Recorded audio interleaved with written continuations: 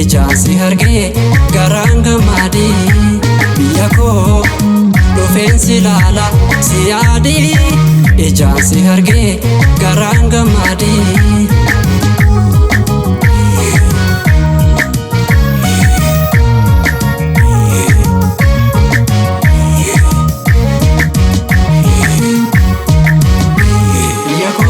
Sabaaf samlammiin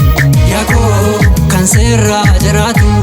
yakoo har'aa maal tammannaan yakoo dinaan kan jeeqamtu yakoo namaatii guddisee yakoo deebi'ee si nyaate yakoo kanaaree deebiiqii yakoo dinaaf saaxilamti yakoo Oromoon tokkumaa yakoo lama waliin godhi yakoo keessa keenya bartii yakoo nu jeeqtaa laganii yakoo dhufeen si ilaala si yaadii ijaan si argee garaan gammadee.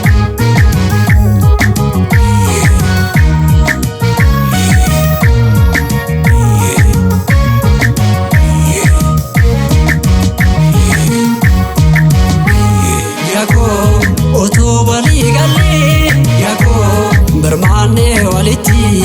yakoo halaagaan nu naantu yakoo biyya keenya irratti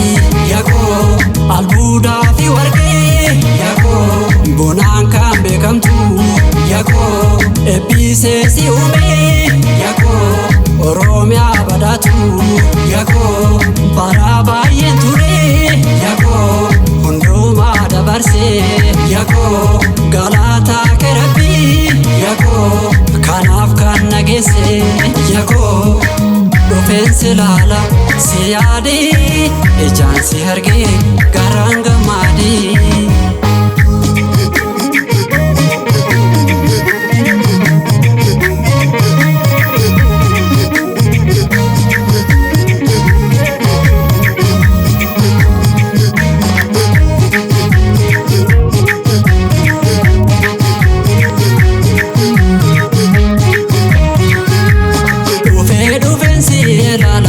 Magaaltitti biyya baako umrii guddaanaa jiran